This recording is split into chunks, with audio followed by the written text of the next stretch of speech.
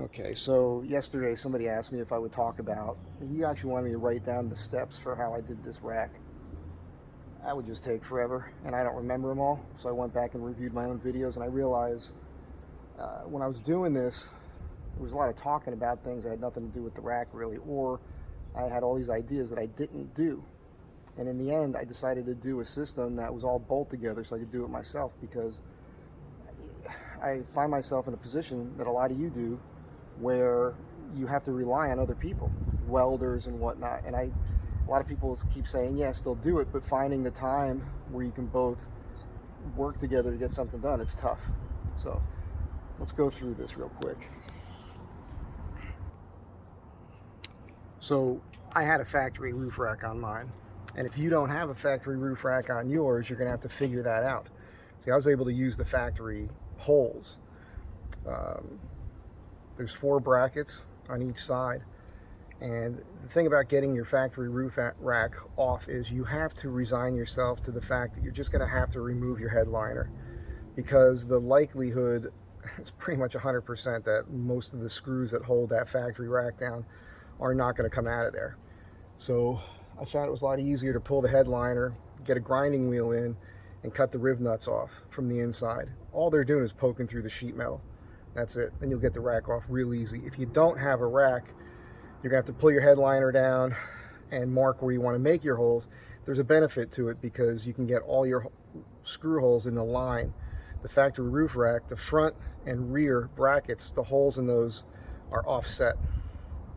So it's not hard to figure out, but you can, it's just one of those extra steps. Now, what I ended up doing was I bought 1/4 inch thick 2x2 aluminum, and I made 4 of these brackets here. You can see them. And I came up with a system where I'm using rubber underneath here, and a rubber and steel washer here. It's bolted right through the sheet metal, again in line. You can see it all there. And then up atop all 4 of those, I just rested this long. I ended up cutting it down, but they start off as 10 footers. Again, it's the 1/4 inch thick 2x2 aluminum. I'll give you a couple tips on that in a moment, but once you get that bolted down, then the unistrut can be bolted directly to that rail. Now, the way the system works is you've got these 2 rails, one under here, one under over on this side, with the unistrut resting atop of them. I ended up with a spacing of less than 11 inches between each piece of unistrut. So this is dead flat, very, very strong, and the load is dissipated very well. And I keep talking about this curve. I'm going to tighten that up at some point. It's so easy to do, I keep putting it off. Yesterday, if you guys watched the video, I oiled this. That's why the D-rings are up in the air. I'm going to put a little more on that probably tomorrow.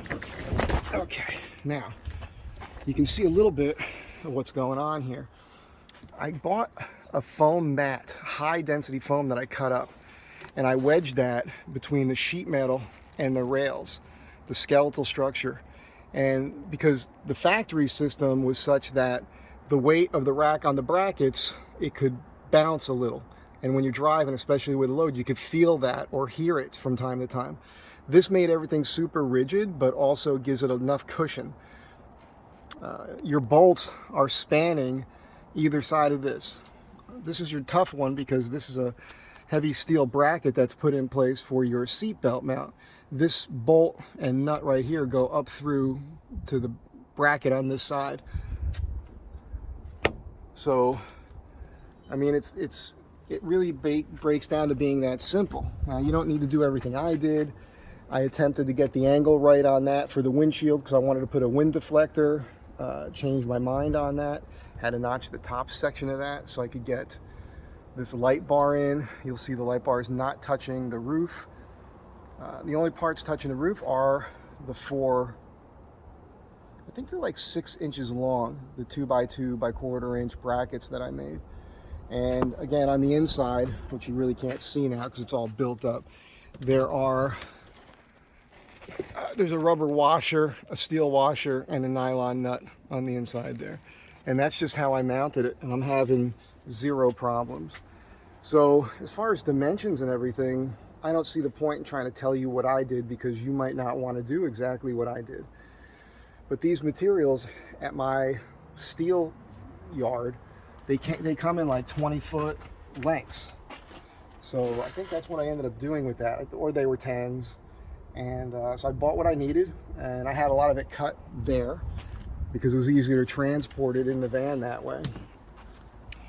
When I did the unistrut here, this outside part, it's on one of my videos. These are L brackets designed for unistrut. They're not designed to slide inside of the unistrut. They're designed to wrap on the outside. But I didn't like the way that that looked. So I took 1/8 of an inch off of each side on one end of the L so I could insert it into the L bracket, which is stronger and allowed me to make it cleaner. Also, you can't get it super tight if it's on the outside because of the radius on the inside of that L. See how tight that is there? It's slid in all the way. So this is, it's rock solid. And the beauty too is that it can always be adjusted. Also, I could take it apart.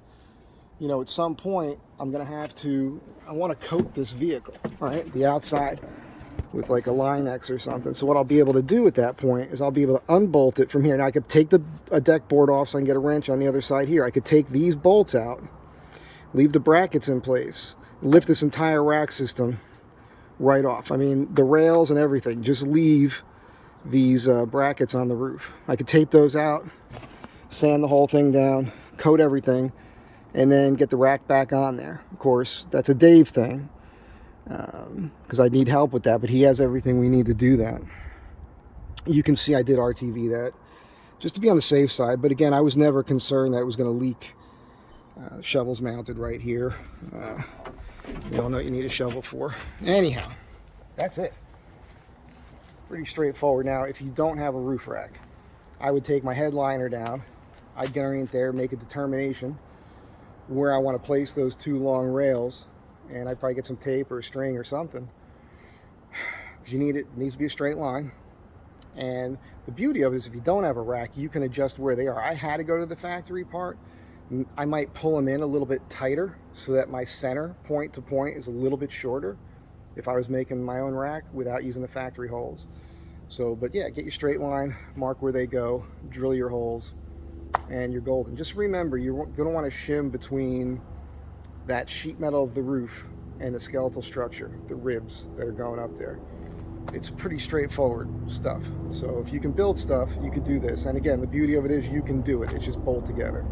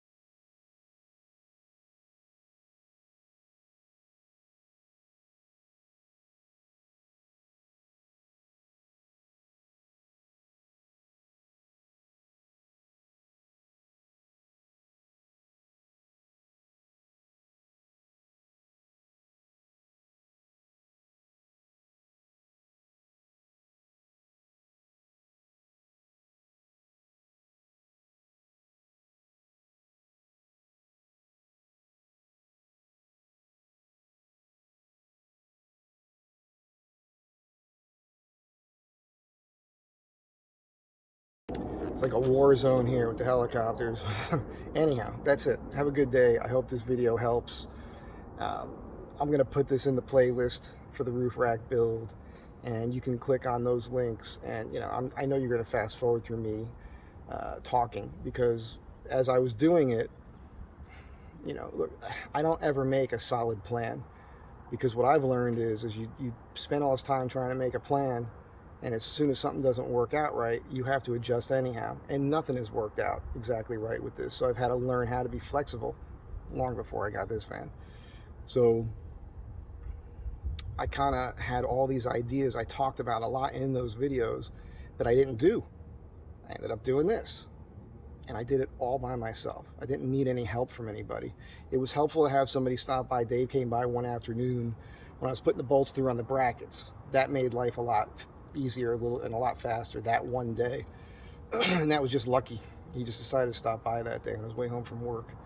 So yeah, it's a DIY. You need drill bits, screw gun, you got to use your brain, you need some money. In all, I probably spent at least $1,000, because the cost of materials went. I talk about that in one of the videos. I mean, the Unistrut, what used to be $9 is now like $30 for a piece of it. At least that's what it was going for here for a while. I had to order parts because they didn't have them in stock. All the fasteners, everything I did, it all cost money. So you're going to spend money on it. You could, when you think about the money and your time, it's easier to just buy a rack system. They don't have anything designed specifically for the Astro van, except for Journeys has one, but you'll hear me discuss that in the videos too, because his brackets are really, really thin steel. I'm not stoked on his system for me. For you, it might work. For me, I need to put a lot of weight up there from time to time. I've had 5 adults up there hanging out, having a good time. No issues. So this is overbuilt, super strong DIY custom roof rack deck. Be good to one another. Thanks for being here. I'll catch you next time.